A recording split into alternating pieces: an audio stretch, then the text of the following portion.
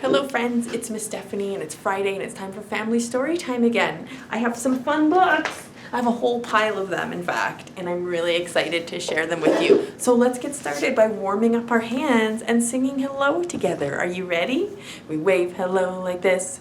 We wave hello like this. With all our friends at Storytime, we wave hello like this. Yay! Should we do one more? We can still clap hello. Are you ready? We clap hello like this. We clap hello like this. With all our friends at Storytime, we clap hello like this. I want to do one more. Let's flap hello. Can you make some wings? We flap hello like this. We flap hello like this. With all our friends at Storytime, we flap hello like this. Flap and clap rhyme. Good job, everybody. Are you ready for a story? Here's my first book. It's called Marty, and it's written by Rachel Noble and illustrated by Zoe Abbott. Marty, there's his hat. This is Marty. Marty is a Martian. He lives on Earth now. You've never noticed him before because he is undercover. You can see all the ways Marty goes undercover. That's pretty funny. Watching, learning, and laughing. That sounds a lot like you. Marty is a master of disguise. Look at his wardrobe of costumes. Marty can fool anyone. He's going to apply for a job as a barista. It has to be this way because if he was discovered, this would happen. Sometimes Marty feels a little lonely, but he knows he's not the only one. One day, Marty saw other people in disguises too. It was hard. Ooh, I missed a. It goes all the way over here. It was hard to say goodbye. The page goes all the way across. It was a costume parade. That night, Marty couldn't find the perfect costume. Bad, mad, sad, too small. In fact, none of his outfits felt right anymore. He decided it was time to be inventive, creative, cutting edge. He sat down at his sewing machine. The problem was creativity attracts attention. This was not a disguise. Marty did not blend in. This made him stand out. Everyone is looking at me. And I kind of like it. He's up on stage for open mic, but it was a problem. Curiosity turned into suspicion. Suspicion turned into investigation. Investigation turned into...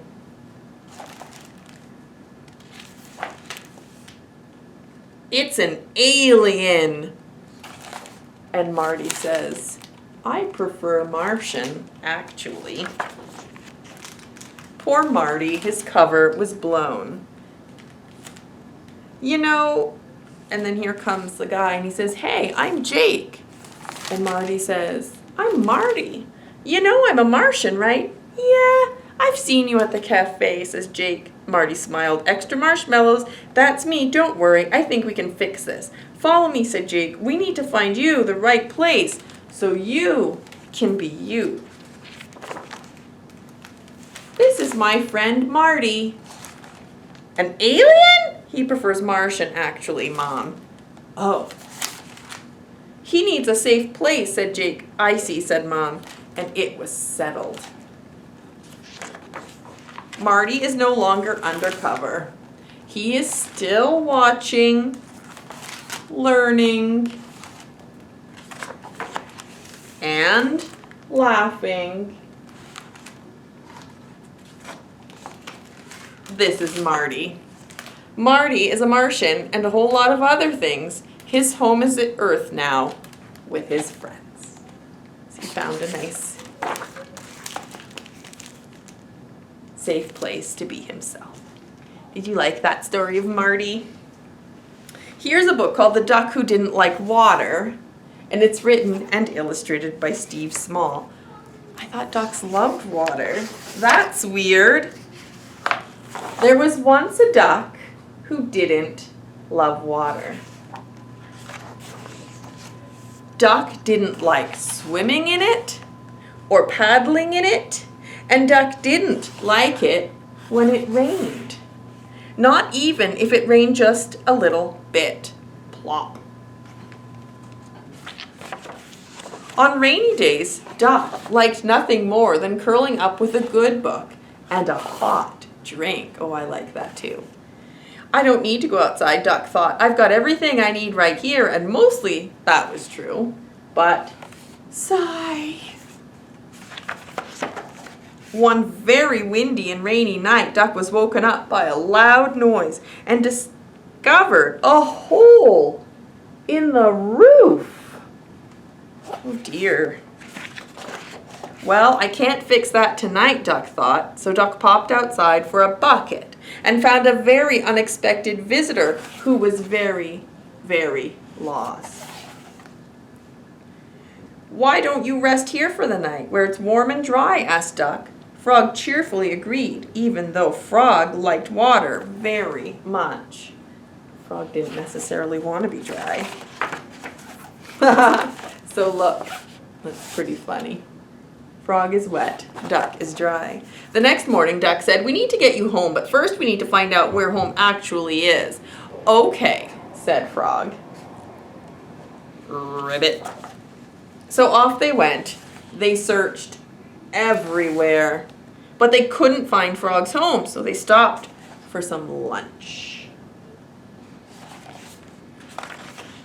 They set off again, but no matter who they asked or where they looked, they still couldn't find Frog's home.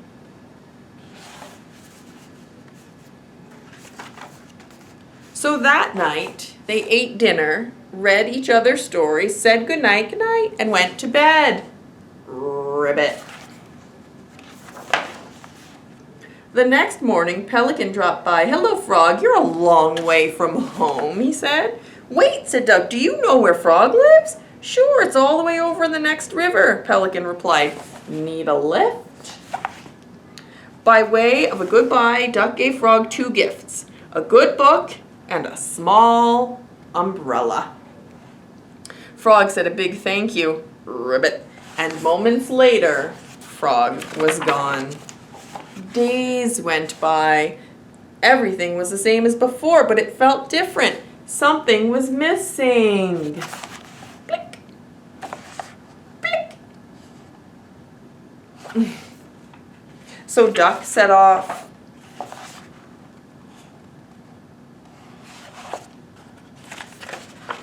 And though it rained and it poured and the wind blew this way, and that Duck did not give up until quite suddenly,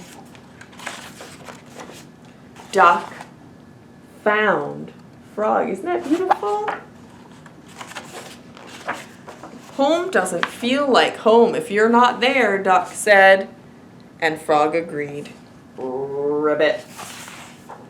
So Duck and Frog returned to their old routines. They visited their new friends, read stories to each other, and, perhaps most importantly of all, they fixed the hole in the roof. So now, instead of a hole there, there's a window so it can still be open, because Frog still likes to be wet. I think that's super cute. This isn't a song about a frog, but it is a song about rain. Can you get an itsy bitsy spider? Sometimes people do it like this, and that's hard. And sometimes it's easier to do it like this, so I'll do it like that. The itsy bitsy spider went up the water spout. Down came the rain and washed the spider out. Out came the sun and dried up all the rain. The itsy bitsy spider went up the spout again. Good singing, everybody. All right, let's do another book. This one is called Jenny May is Sad. And it's written by Tracy Subisak. My friend Jenny May is sad. but you might not be able to tell. Even when she's sad, she still smiles. Hi, pal. And shares her orange with Harold and admires Izzy's drawings. And she really likes to make everyone laugh. Jenny May is hilarious. But some days are not as fun. Rip. Hey, why did you do that, Jenny May? Today is one of those days. Back to your seats, please. 3, 2, the teacher is counting. And on those days, I wait. Jenny May says that Ms. Abbott is a good listener. She says, I'm a good listener too, but today is a quiet walk home. We're not really talking today. What we need are, we have some money, popsicles, and kick the rock. Can you see them kicking the rock? Jenny May's tongue is blue. Mine is purple. I asked Jenny May, how are you doing? She doesn't answer. Being sad is hard. But she knows I'm here for fun and not fun and everything in between.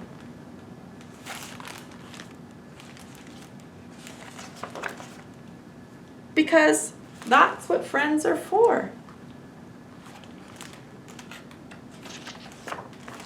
And that's the end. There she is with her friend. I like that book too.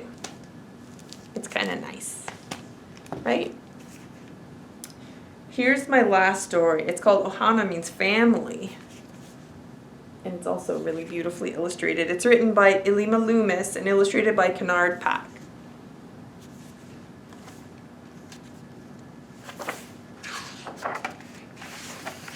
This is the poi from our Ohana, for our Ohana Luau. There it is in the pot.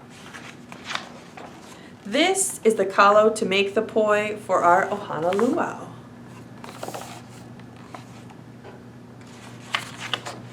This is the mud that grows the kalo to make the poi for our Ohana Luau.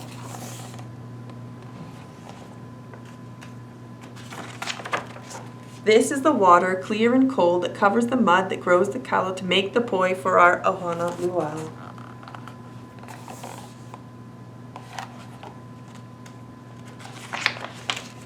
These are the hands so wise and old that reach through the water, clear and cold, into the mud to pick the kalo to make the poi for our Ohana Luau.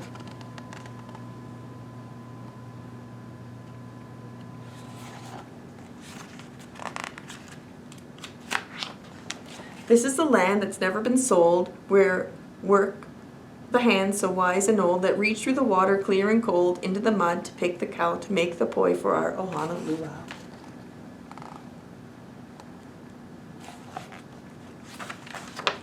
This is the stream of sunlit gold, flooding the land that's never been sold, where work the hands so wise and old that reach through the water, clear and cold, into the mud to pick the kalo to make the poi for our Ohana Luau.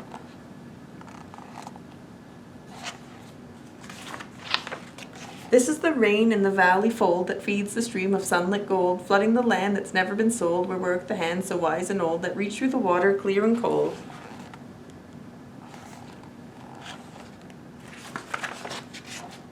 Into the mud to pick the kalo to make the poi for our Ohana Luau. This is the wind on which stories are told that lifts the rain to the valley fold that feeds the stream of sunlit gold, flooding the land that's never been sold, where work the hands so wise and old that reach through the water, clear and cold, into the mud to pick the kalo to make the poi for our Ohana Luau.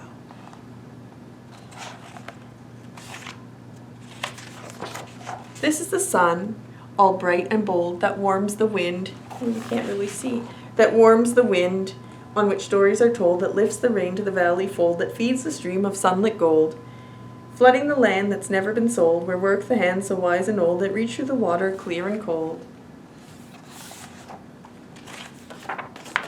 Into the mud to pick the callow, to make the poi for our ohana luau. This is ohana, the loved ones we hold, who give thanks for the sun all bright and gold, that warms the wind on which stories are told, that lifts the rain to the valley fold, that feeds the stream of sunlit gold, flooding the land that's never been sold, where work the hands so wise and old, that reach through the water clear and cold.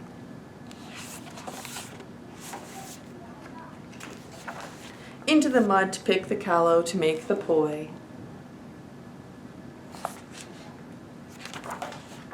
For our ohana luau. And you can see the whole family together at the big table. And at the end, there's a note.